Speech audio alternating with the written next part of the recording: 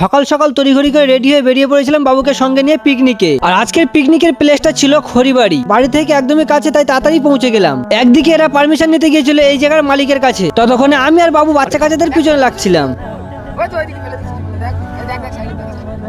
কোথায় ফেলে দিয়েছি ব্যাগ? তবে ওখানকার মালিক পারমিশন দিল না, 3000 টাকা দাবি করলো। তাই আবার একটু সামনের দিকে আগিয়ে চোখে পড়লো আমাদের এই প্লেসটা। যেহেতু জায়গাটা আমাদের পছন্দ হয়ে গেছে, তাই তড়িঘড়ি করে নেমে মালজাল গুলো বয়ে নিচ্ছিলাম। আর আজকের পিকনিকটা আয়োজন করেছিল আমার আব্বু ও তার বন্ধু বান্ধব সবাই মিলে। আর এই পিকনিকের বিশেষ একটা উদ্দেশ্য ছিল, সেটা হলো আমার পাড়ার কিছু ভাই যারা বিশেষভাবে সক্ষম তাদেরকে একসঙ্গে নিয়ে একটু আনন্দ উল্লাস করা। আর যাওয়ার সঙ্গে সঙ্গেই টিফিনটা দিয়ে দিয়েছিল। এদিকে বাবুর অবস্থা দেখো, খালি সাইলের পিছনে লাগছে।